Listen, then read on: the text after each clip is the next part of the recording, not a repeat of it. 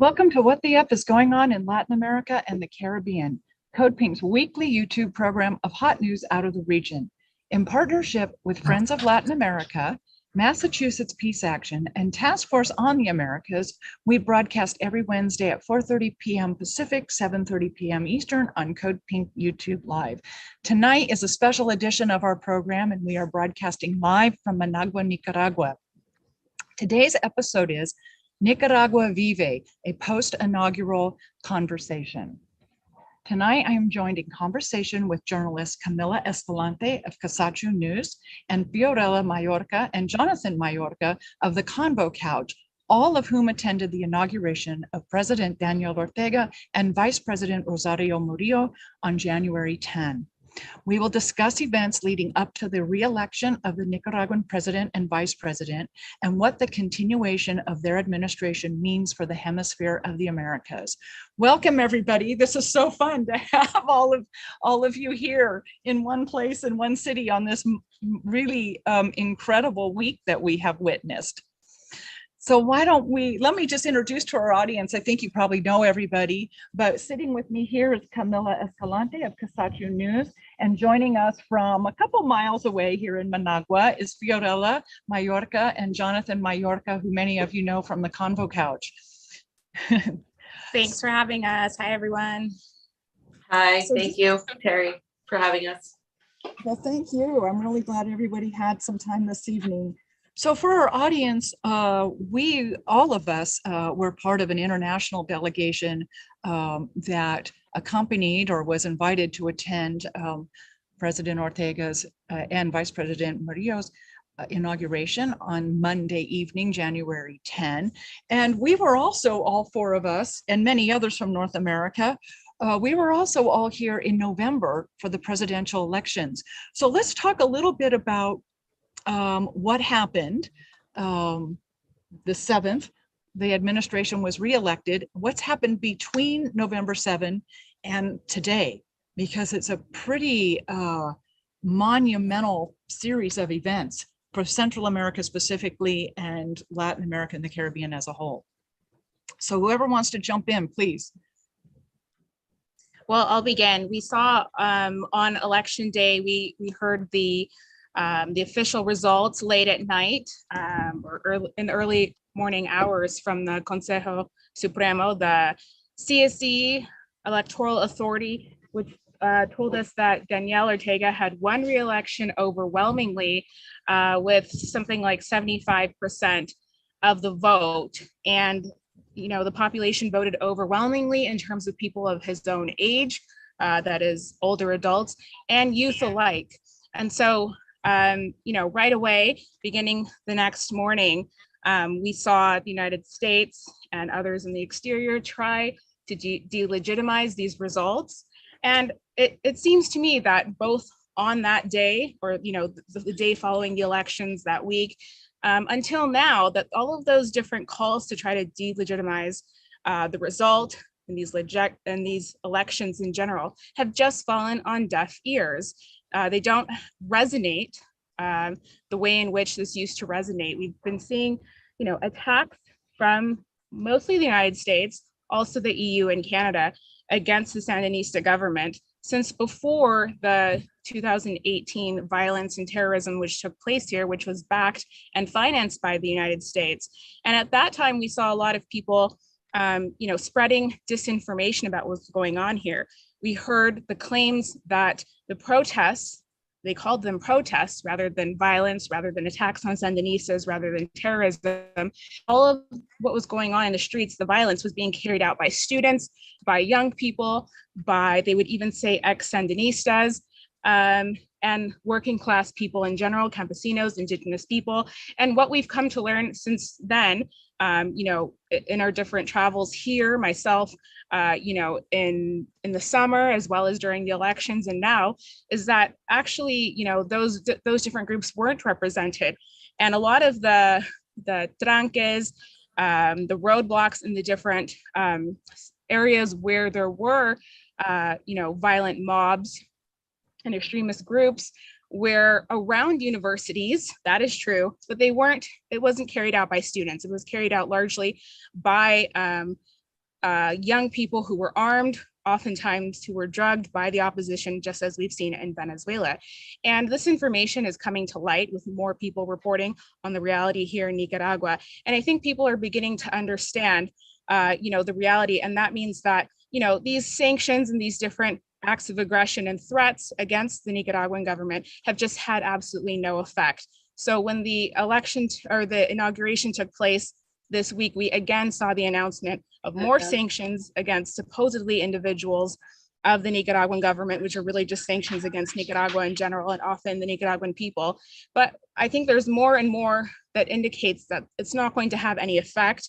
Nicaragua has many ways of being able to pursue stronger trade relations and cooperation and infrastructural plans and projects with different countries, and to continue on their path of development without interruption. And that this isn't really going to, and that, the Sandinista project here will not be affected by these sanctions in the way in which we've seen other countries severely affected before. What I think is really significant, and Johnny and Fiorella, please jump in here. Right after, a day or two after the elections in November, Nicaragua announced through the foreign minister that it would be filing to leave the OAS. That's a 2-year process that it takes to leave, but they did start the exit process. And then within a week or so after that, the government formally re-recognized, as it had in the 80s, the People's Republic of China. That was unrecognized in the 90s through the 16 years of the neoliberal government, and then Taiwan was the recognized government. That has all switched back now. And so what does that mean going forward? Yeah, so I personally think that is an extremely important point. I mean, the recognition of the China one is going to open up a lot of economic opportunities for Nicaragua. We have seen similar actions in Bolivia and how that's helped lift people out of poverty. We've seen China itself lift its own people out of poverty. And so when you have an investment and a close economic relationship in Central America with a superpower and Nicaragua, who as a country as a whole, as Camila was mentioning, they are largely self-sufficient. They have managed to push back against these sanctions by focusing on developing their own industries, agriculture, et cetera. And so when you have this now incoming relationship, you have the possibilities and the likelihood pretty much confirmed by President Daniel Ortega on Monday of building new infrastructure, from roads to canals to possibly even trains. When he talked about the relationship with China, it's all going back to the Belt and Road Initiative, which now Syria has also signed on to. So you're seeing the alliances geopolitically build up. You're seeing the influence of Iran. You're seeing Syria. You're seeing China, Nicaragua, Russia. And this is not done to do anything really just because they want to be spiteful to the West. This is done because they have to have alliances when they're being sanctioned. A lot of people don't understand, and they criticize, saying, well, why are you going to go from one empire to another superpower? Well, this is how you help countries. This is how you have some sort of relationship. And I think it will benefit Nicaragua, especially the canal that would be an interoceanic canal that would connect the Pacific and the Atlantic. And it will rival, of course, the barely now used Panama Canal. And a lot of people are so on board with that. The creation of jobs, the ability for Nicaragua to develop, and Nicaragua is developing rather quickly. I mean, the percentage of wealth has increased. You can go to the nearby towns of in the Caribbean north of Bilwi, in the autonomous regions, and see just how thankful people are for the support of their government, in spite of the fact that they do retain their autonomy. They really do thank Daniel Ortega's government for helping them during these last year's back-to-back Category 4 and 5 hurricanes, where their houses were and their roofs were effectively rebuilt very quickly, unlike what we see the US do to what many consider a colony, Puerto Rico, where they actually exploit through disaster capitalism the country every single time there's something happens there. So I really do think that's one of the reasons why the United States issued new sanctions specifically on certain people. And we had the chance to interview one of those people. We've had the chance to talk to several key figures. And of course, we're all going to be releasing that footage, but it is essential that we have come here to actually get the real story, because there's a lot of people talking a lot of propaganda, but they've never stepped foot in this country, let alone talk to a Nicaraguan. So I think it's important to also point that out. Yeah. You mentioned, let me just clarify for the audience, and then I'm sorry, Johnny, the response to the hurricanes on the Caribbean coast, the Atlantic coast, and nothing compared to what's happened in Puerto Rico. The US government has used the disaster in Puerto Rico to privatize all what was public infrastructure, and the privatized, for example, electrical system services fewer of the population than, so that disaster capitalism thing. Okay, go ahead, Johnny. I'm sorry to interrupt you. Oh, you're good. I just want to say, it's just like such a power move from Nicaragua to make this move to get together with China and recognize China's government. This is really going to excel the country in a way. Like I already see some people. I turned the TV on today, and just to see what the Nicaraguan news is saying. And I see there's this education program that's going, and they're trying to get tech jobs going more. I'm really seeing some more development already starting to come. These, education was already like free for all Nicaraguan citizens. I've had my cab driver say, for a Nicaraguan who doesn't want to study, it's because they don't want to study, because you can study for free here and you can learn. You can find a career. You can, find out about that career and learn everything you need to. I want to back up Camila's point about the elections. It was that day that propagandists from the mainstream media, legacy media, were literally telling lies about the election while we were here on the ground debunking it, live stream on the TheConvoCouch. You can watch these live streams where I was live just completely debunking what they were saying, showing everybody the voting centers on camera.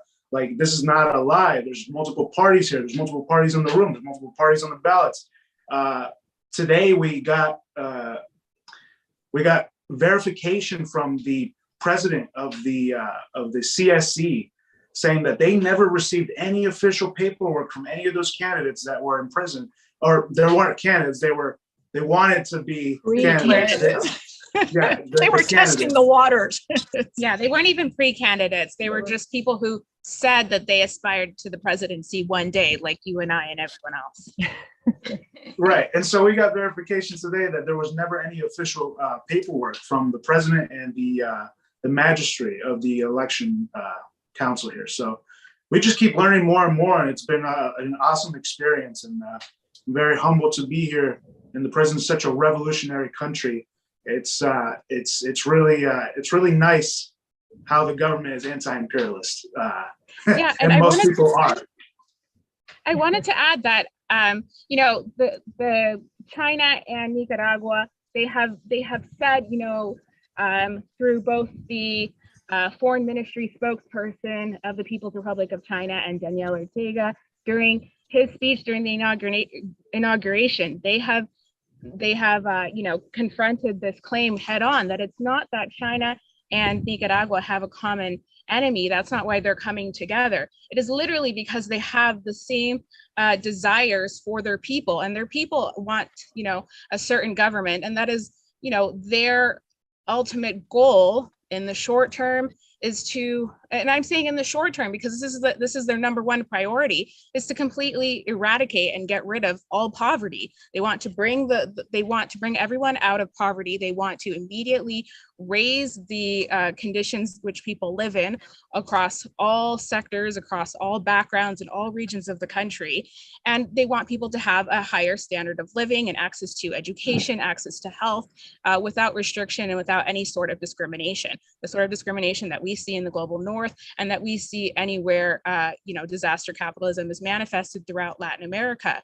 As many people have said, they would like to see the United States empire and its allies would like to see situations like we see in Haiti and every other country of Latin America and the Caribbean as well. And it's unfortunate that we have to use Haiti as an example, but I would also use the examples of Colombia and Honduras and many others where paramilitaries run entire regions of the country, and that there's a complete absence of the state, complete power vacuum, and where illegal activity and transnational cartels run everything. That's what they want in all countries. And they want, foreign capital to be able to go in and launch whatever project they want, extractivist exploitation of our resources, and that's exploitation of the resources that's not for the benefit of the Nicaraguan people. That would be for the benefit of the capitalist hoarders. So this is something, that China and Nicaragua are against. They would like to use, all of the resources of the state to, put towards social investment and programs that will better the lives of regular people. And that is going to largely be through just these very basic but expansive and large infrastructural projects. So for our audience, just to clarify what the four of us witnessed Monday night, the 10th, right after President Ortega was sworn into office, he did announce, and he read in front of the entire world that was watching, parts of the accord that were signed, that Nicaragua has signed with China for the Belt and Road Initiative. So that has been formally announced. That was formally announced in front of all of us Monday night, and it's really good, assuming, and I think all of us are pretty much assuming the announcement for the canal is coming next. And that will completely change the complexion of the Caribbean. And we'll just open that up to world trade, and will no longer be solely the backyard, quote unquote, of the United States. And we're looking at what's coming, in my opinion, and I think all of us would share the same. What's coming is a multipolar, multilateral hemisphere of the Americas, and we're seeing the beginning of the end of the Monroe Doctrine and of a U.S.-led unilateral hemisphere of the Americas. And this is, to me, really exciting for all of us that live in the Americas. This potential to raise the quality of life for all Americans, and not just one demographic of capitalists. Yeah, and I think that, as we've seen time and time again for 20-something odd years, going on 30 years, the world rejects the U.S. unilateral coercive measures and blockade, total blockade on Cuba, near total blockade. And most of the world hasn't wanted to participate in that, right? And left governments have rejected that. But what we've seen in recent years is, though, that there is solidarity from all sorts of different governments from across Europe and around the world. They actually have had great difficulty getting their goods to Cuba. And a lot of different companies, mostly, shipping companies, they're not in a position to risk sending things to Cuba, even though, according to their own national laws and jurisdictions in which they live in and operate in, or are based in and operate in, there's nothing that says that they shouldn't be able to deliver goods to Cuba. But there have been a lot of difficulties, imposed on them by one single state and one single government, and that's the United States. So, we just have to, I think that there's this understanding from all three governments that are, severely sanctioned in our region, but more so Cuba and Venezuela, that, a canal or, more cooperation with our allied countries and governments overseas could actually begin to really alleviate things for countries like Cuba, which has had a difficult time getting their hands on medicine, on supplies, on all sorts of spare parts in order to fix things like in the case of Venezuela, gas refineries and other vehicles that are needed to transport things and run a society as any other country is able to. So this will not only help the people of Nicaragua and Central America, but potentially the entire region. Yeah, I wanted to touch back on also what President Daniel Ortega said on January 10th on his inauguration day. He made it very clear that it was very telling to have no higher, executive type of diplomats and political officials be sent by the United States. However, what better way to show or the support, the solidarity from the people of the United States, because he has reiterated that he is not against the American people, but against the US empire, US imperialism. And what better way to show the solidarity than to have members, delegations, like the ones we were a part of, really be there and see and attend the inauguration. And I think that's an important point to note, because a lot of people sometimes get caught up in, we hate these people hate the US, etc. And it's like, well, they don't hate the people of the US or the people of North America in particular, Canada, the US, European Union. But it's these governments, these empires that impose their international desires onto countries that want to retain their sovereignty. And I think it was important that he pointed that out. And it was very impactful to be there and hear that mentality, at least for me, because it's not something you hear every day. And unfortunately, when you live in the United States and you operate like against the empire, what's going on. But the moment you walk outside of your bubble, you see that the vast majority of people are propagandized, including segments in the US who call themselves leftists, constantly saying, well, what about the political prisoners? What about this? What about that? They constantly regurgitate that propaganda. And then you turn on the TV here and they're actually talking about China. They're educating people on what's happening. So you can see how important it is to have the media here, even independent media, because over there, it's just so hard. It's ingrained in everybody, even through channels like YouTube. The algorithm supports the CIA-backed propaganda of these YouTubers, which we can call BreadTube. There's been countless analysis done on that. And it's just kind of crazy how it's frustrating, but at the same time, it feels genuine in the growth of what's happened. Like it's a lot more difficult for them to continue pushing this propaganda without pushback. And the more I see, the more I've been here, the more I can tell that their actions are becoming very desperate. And they know, the United States knows it's on a downward. That's what makes the hill. US so scary now, though, right? Is that desperation.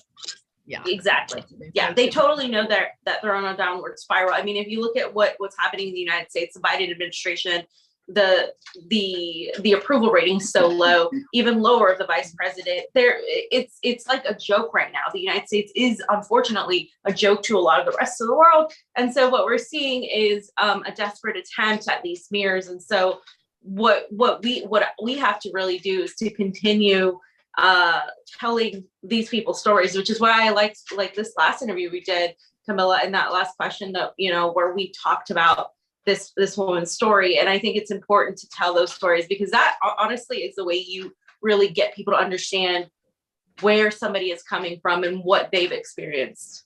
And that's we heard from. Go for it. Go ahead, Camila. We heard from Brenda Rocha, who's the president of the Supreme Electoral Council, and she's someone who at the age of 15 lost her arm as a Sandinista youth member, which means even years before that she had been participating in some of the resistance. This was in 1982, and probably since the age of 13 she had been doing some mobilizing and protecting different sites against the terrorism of the Contras, the US-backed and financed Contras. And so in a terrorist attack, 8 of her comrades were killed and she was the only survivor. And it's just an unbelievable story, because here she is now, one of the most important heads of the very important institution, which is the highest electoral authority of Nicaragua.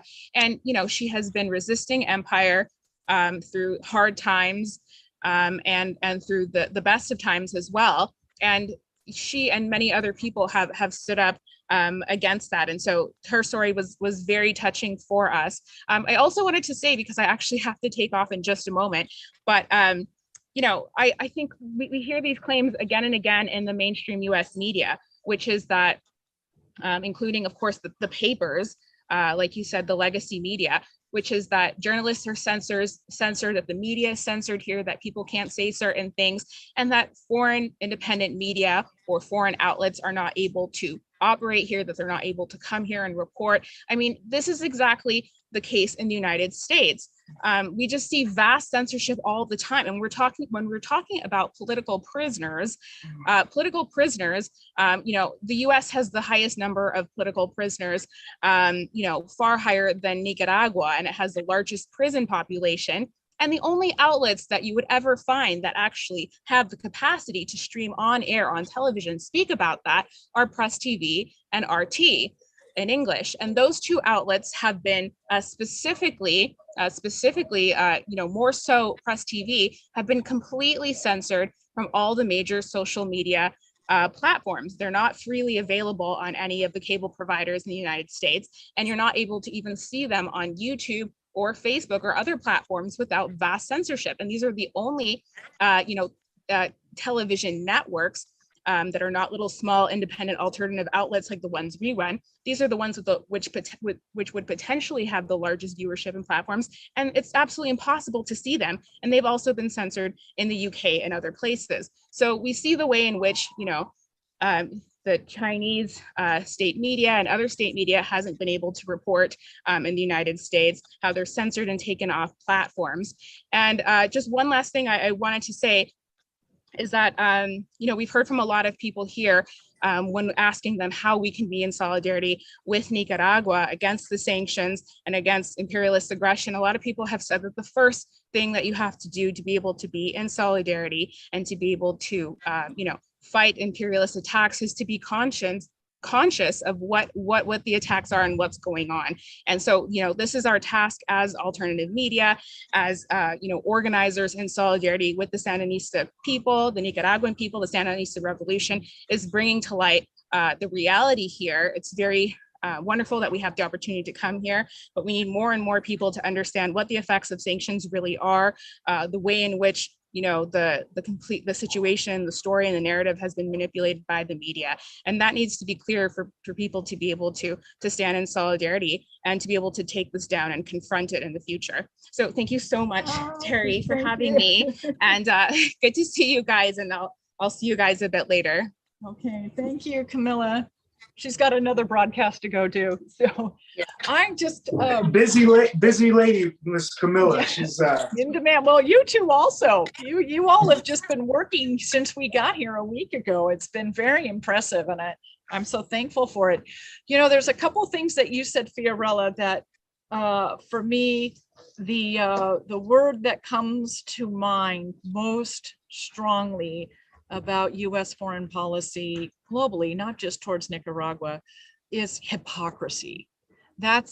And I just, it's so important to step out of the United States, whether it's on a 1-week vacation, or, you know, in my case, I've been in Mexico City, as much of our audience knows, for almost 2 years now.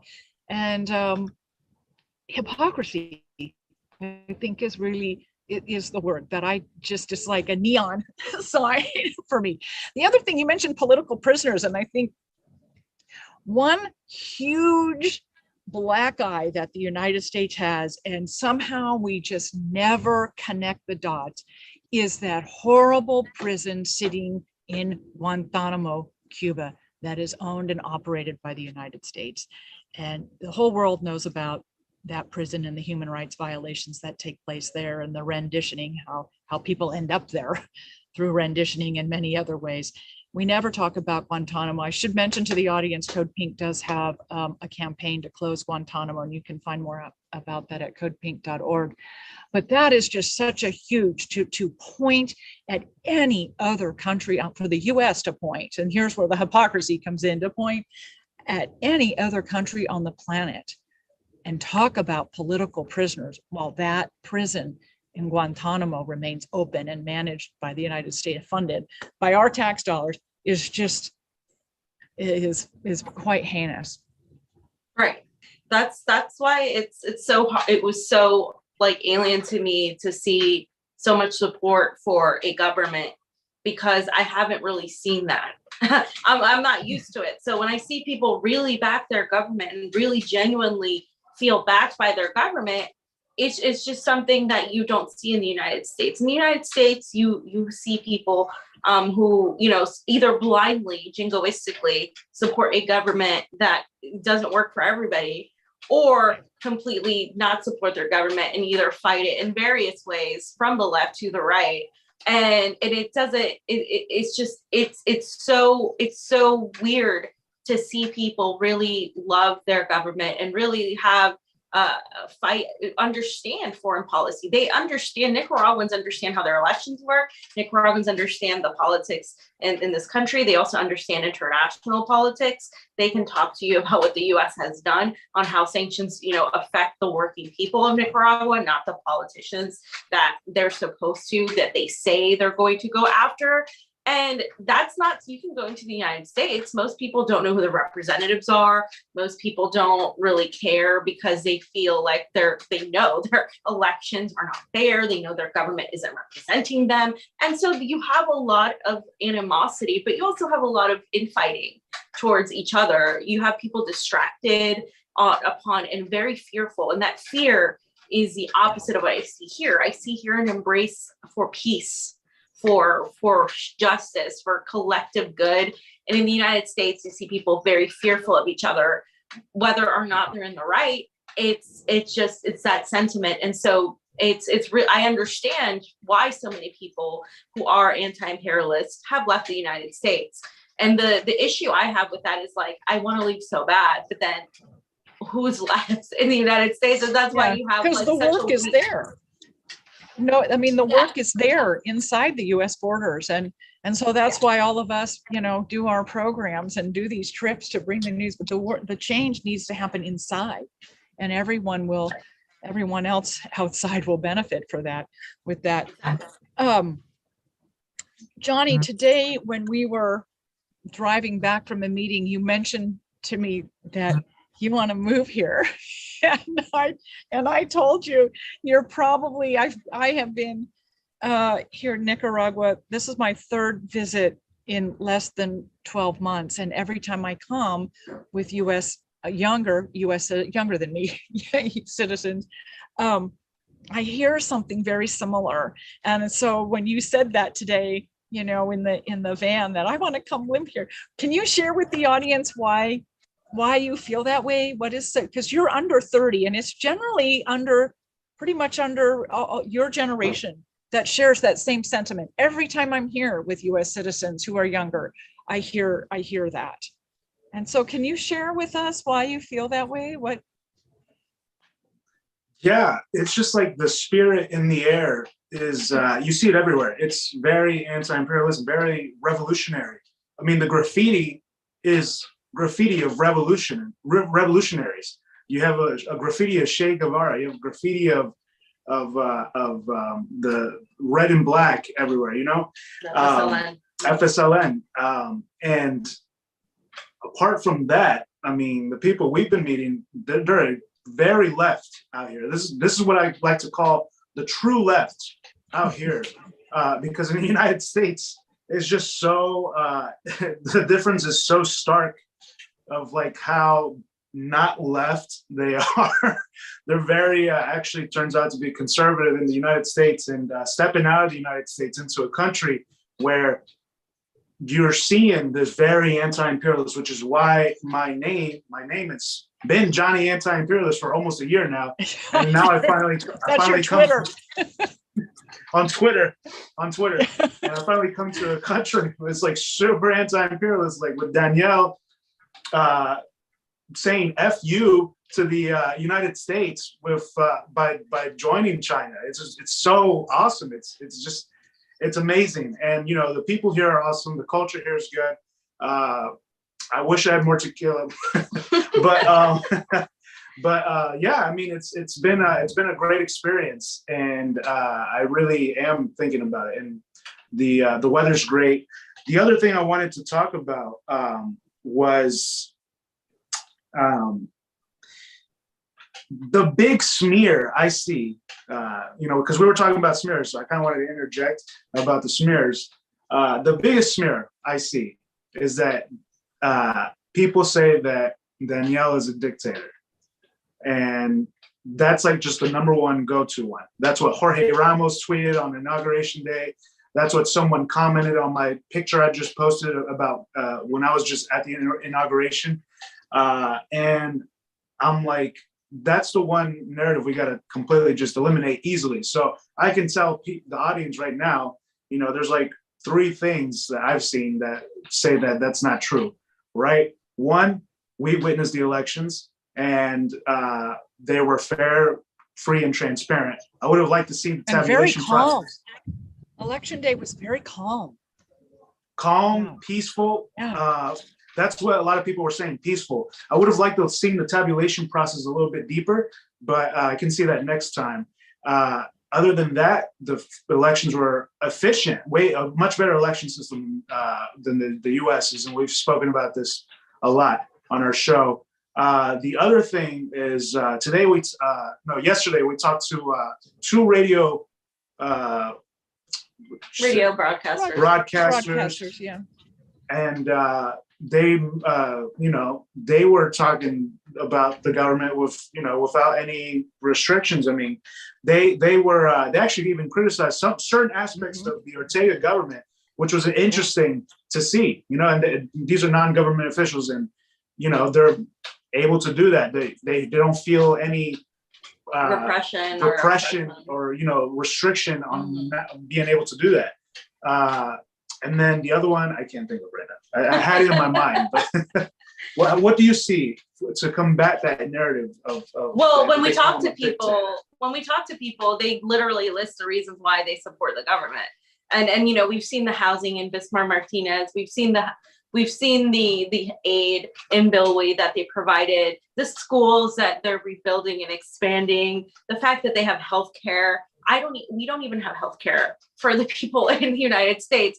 The fact that you can go to school, free public tuition. Right now in the United States, we're begging people in power, the Biden administration in particular, to forgive a certain amount of student debt forgiveness that he went back on. He said he was going to do it. He's not going to do it anymore. Meanwhile, you can go to school for free here in Nicaragua. Also, women. That's the other issue. That the whole U.S. facade of being such a feminist, advanced, liberal country. You have the march for Women's March, and you have all these things. But truly, what have women really, really, truly, when you compare the United States and Nicaragua, there are more women in positions of power in Nicaragua. And not only that, it's not just power based on identity, it is power based on economics that helps those marginalized groups. Exactly. Yeah. And so in the United States, Terry, you can probably speak to this, there's more of a symbolic gesture placed on the feminist ideal. You can look at the Me Too movement and how that excluded several people versus in Nicaragua, when they're like, look, we're going to put the titles in the name of women. We're going to have women in positions of power, but they're going to make the same amount of money. Women still in the United States don't earn the same amount of money as men, and yet they're so advanced. We haven't. You say I can speak to this. Here's one thing I would like to speak to is that we still have not passed the Equal Rights Amendment in the United States, and that was a project that started when I was your age, actually, and so or younger maybe, but yeah, we do not have equal pay for equal work in the United States, but we have other ways of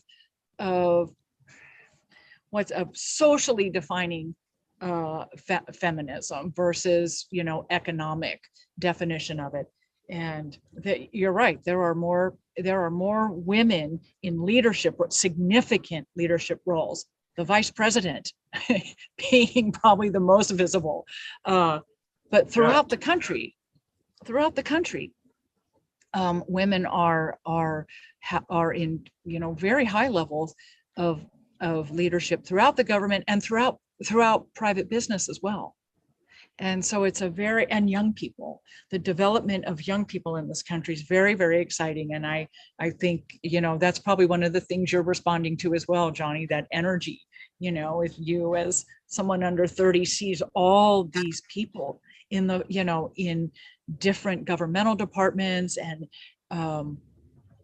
the national government as well as municipal government, and all the young people who have started, are getting educated and starting businesses. It's very exciting what's happening here. And it's something that is not probably it's not being done under the United States definition of development, right? Of private development. And so that's a big clash we're seeing throughout the hemisphere. I would argue throughout the world, particularly in the global south. Those nations that are in a partnership with capital and the state to develop the country for everyone versus privatizing everything, which only allows people of certain incomes to participate in the society. So it's a real clash, and it's very, very exciting to see this shift that has, in my opinion, started on November 7th. This shift in the hemisphere has been coming for several decades, and it was just basically the whole world just saw the ship turn on November 7th. And now, of course, pretty much formalized on January 10. So what else should we talk about before I let you go? Is there anything you want to share with the audience that we haven't discussed, or that we should maybe talk a little bit more in detail? I just want to shout out the viewers right now. Shout out to Nicaragua Footage, Mr. Boston. Let's see, how you doing? You guys are chatting a lot. Let's see. There was We Need Critical Thinking, Rick Sterling, Justin Oh, Mills. hey, Rick. Put a fist in the chat if you're with Nicaraguan solidarity. Throw a fist in the chat. Little fist emoji. But what you want? You're so funny.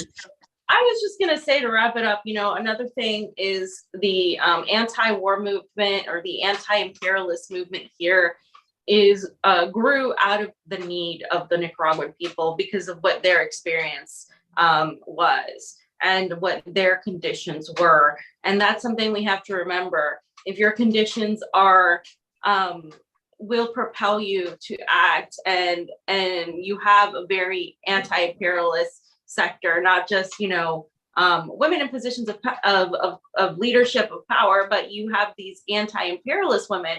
Whereas in the United States, you have Kamala Harris, who, as vice president, who has jailed more Black and brown people than most prosecutors in her lifetime. And you have a lot of the national security state apparatus hiring diversity, but it is to kill, it is to sanction, it is to do just evil things. It is not to do something good.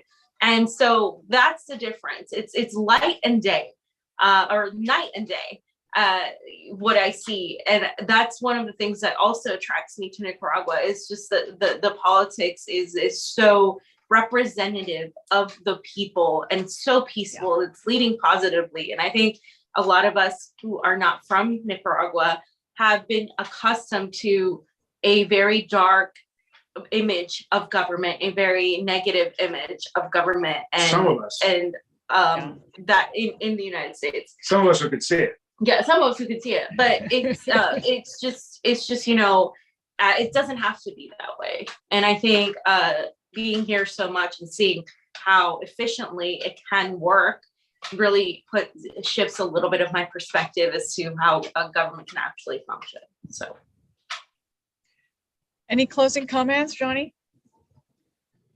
Yeah, I mean, I agree completely. I mean, just like the programs, the social programs they have here, and then what we've seen on this trip, and what with the ATC, there are a lot of like associations and unions and cooperatives.